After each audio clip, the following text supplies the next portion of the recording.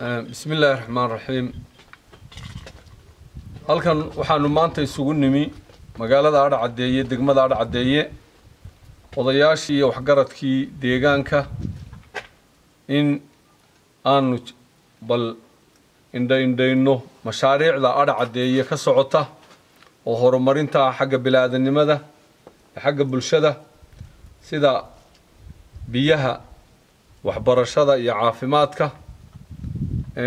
alxamdulillah wax ilaahay loogu mahadnaqo weeye maanta waxaanu taaganahay marshuucii biyaha oo dhamaystirmay oo shaqeynayo solarkii iyo motorkiiba shaqeynayaan xoolihii ay ka cabayaan oo maanta ilaahay wax loogu mahadnaqo weeye hadhowna waxa loo gudbi doonaa sidii magaalada loo biyo gelin lahaa marka waxaanu ugu mahad celinaynaa cid kastoo marshuuca kan ka qayb qaadatay sida wasaaradda biyaha iyo bangiga islaamiga aad iyo aad baan uga mahad celinaynaa waxaanuna ka codsanaynaa waxyaalaha dhiman insha Allah bidmillaahi kariim in si dhaqso ah loo dhamaystiro oo baahi loo qabo intii aad qabateenna waxaan leenahay ilaahay khayr ha idinkaga abaalmariyo inta dhimanna ha loo dhamaystiro degmada waxaanu kaloo iyana codsanaynaa MCH-kii oo baahi weyn loo qabo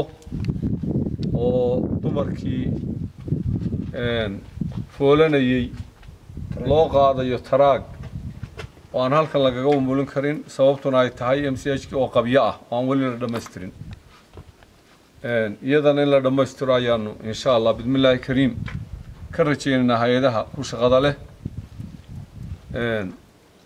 waxaa kaloo iyaduna aanu mashaariicda ka socota ka mid ah xagga waxbarashada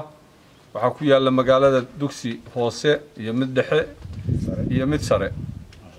haddana waxaanu wadnaa insha Allah in la furo dugsigii boodhanka ahaa oo laga dhigo technical institute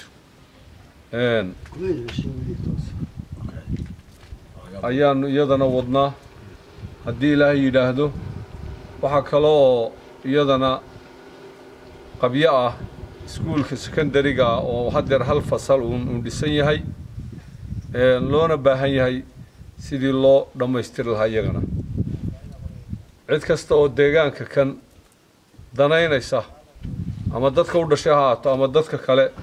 ee deegaankan danaynayaba waxaanu leenahay ha laga qayb qaato magaalada mashaariicda horumarineed ee laga wado cid walba inay gacan ka geysato wixii awoodooda aad iyo aad baanuna idiin salaamaynaa ciddii ka qayb qaadateena uga mahad celinaynaa assalaamu calaykum waraxmatullaahi wabarakaatu